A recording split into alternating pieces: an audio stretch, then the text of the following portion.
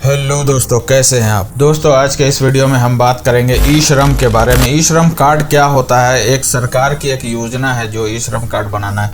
तो हमको ई श्रम कैसे बनाना है आप इस वीडियो के माध्यम से सीख सकते हैं। तो जैसा मैंने कहा है, लिंक डिस्क्रिप्शन में दिया हुआ है, आप वहां पर जा करके आप डायरेक्ट इस वेबसाइट पे आ सकते हैं। वहां पे आने के बाद जैसा मैं कर रहा हूँ उस तरह से आप करेंगे। यहाँ पे मोबाइल नंबर रजिस्टर करना है। तो मोबाइल नंबर सबसे पहले प्रेफरेंस होता है कि जो आपके आधार में मोबाइल नंबर डाला हुआ है वो मोबाइल नंबर आप डालेंगे। लेकिन अगर आधार वाला नंबर नहीं है तो कोई बात नहीं, आप कोई भी नंबर डाल सकते हैं। कैप्चा फिल करके ओटीपी सेंड करेंगे। सेंड करने के बाद ओटीपी जैसे ही आता है तो आप ओटीपी यहाँ पे फिल कर देंगे। फिल करने के बाद सबमिट बटन पे क्लिक करेंगे तो आपको आधार नंबर डालने का आएगा।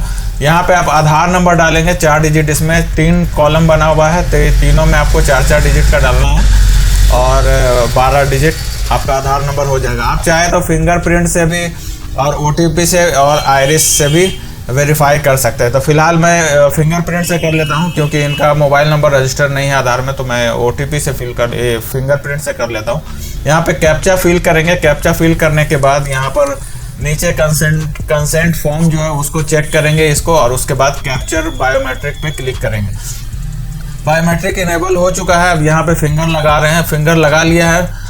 फिंगर लगाने के बाद इस तरह से वेट कर लेंगे थोड़ा सा, और उसके बाद यहाँ पे वैलिडेट बटन आ जाएगा ग्रीन कलर का। इसको हम वैलिडेट बटन पे क्लिक करेंगे तो इसके आगे आप लॉगिन हो जाएंगे, मतलब रजिस्टर हो जाएगा और इसके अंदर रजिस्ट्रेशन फॉर्म खुल जाएगा। अब फॉर्म खुलने के बाद आपको ये सारा डिटेल भरना है। उसके बाद ही आपको, अब ये फॉर्म भरने से पहले आप समझ ले कि ये सारा डिटेल आपके पास है कि नहीं, बैंक का डिटेल, एजुकेशन, एड्रेस वगैरह सारा चीज।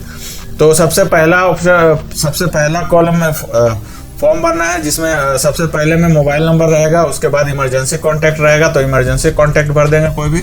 आप चाहे तो छोड़ भी सकते हैं, उसको कोई दिक्कत नहीं है। जहाँ पे स्टार लगा हुआ है वो आपको मैंडेटरी होता है और जहाँ पे स्टार नहीं है वो मैंडेटरी नहीं, आप चाहे तो छोड़ सकते हैं। तो जिस तरह मैं फील कर रहा हूँ आप उसी तरह अपने हिसाब से फील कर लेंगे। मैरिड अनमैरिड है या हस्बैंड का नाम डालना है या फादर का नाम डालना है, रिलीजन क्या है आपका और सारा कुछ है। कैटेगरी, सोशल कैटेगरी क्या है। उसके बाद फाइल चूज करने की जरूरत नहीं है। यहाँ पे ब्लड ग्रुप अगर मालूम है तो डाल सकते हैं, नहीं मालूम है तो कोई दिक्कत नहीं है, आप नहीं उसको छोड़ भी सकते हैं। यहाँ पे मालूम है तो हम डाल देते हैं। उसके बाद डिसेबल, मतलब अगर आप लंगड़ा लूल्हा में से, मतलब कोई अगर किसी भी तरह का डिसेबिलिटी है आपके अंदर तो वो चीज़ आप डाल सकते हैं, नहीं तो छोड़ देंगे उसको। और यहाँ पर जो नॉमिनी का डिटेल डालने का है तो नॉमिनी में आप जिसको भी डालना चाहें उसका डेट ऑफ बर्थ सब मालूम होना चाहिए, तभी आप डाल पाएंगे। जैसे कि अगर हस्बैंड का डाल रहे हैं तो हस्बैंड का नाम, डेट ऑफ बर्थ, या फिर भाई बहन का किसी का भी आप अगर डालना चाहते हैं इन सभी में से तो आप डाल सकते हैं। उसके बाद नॉमिनी का एड्रेस वगैरह डाल के या नीचे मोबाइल नंबर डाल के सेव एंड कंटिन्यू पे क्लिक करेंगे।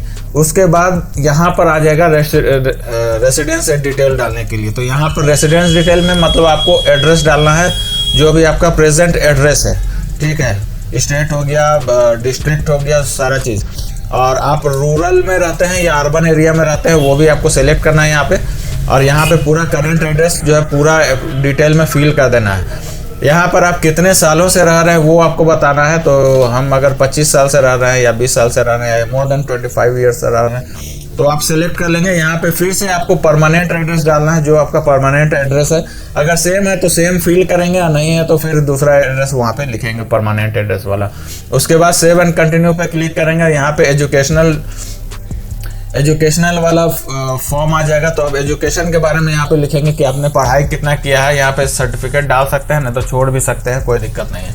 आपकी मंथली इनकम कितनी है वो आपको यहाँ पे लिखना है और सेव एंड कंटिन्यू पे क्लिक कर देंगे। उसके बाद यहाँ पर जो आ जाएगा ऑक्यूपेशन के बारे में, अपने बिजनेस के बारे में बताना है, आप नौकरी करते हैं या क्या करते हैं, सारा कुछ आपको यहाँ पे फिल करना है। तो बहुत सारे लोग जो नहीं कुछ करते हैं फिर भी वो फॉर्म भर रहे हैं, लेकिन उनके लिए ये नहीं है।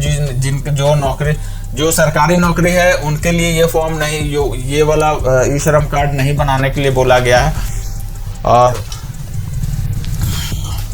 फिर भी सब लोग बनाए जा रहे हैं तो बना लेना है। तो किस तरह बनाना है वो आप अच्छे से समझ लीजिए।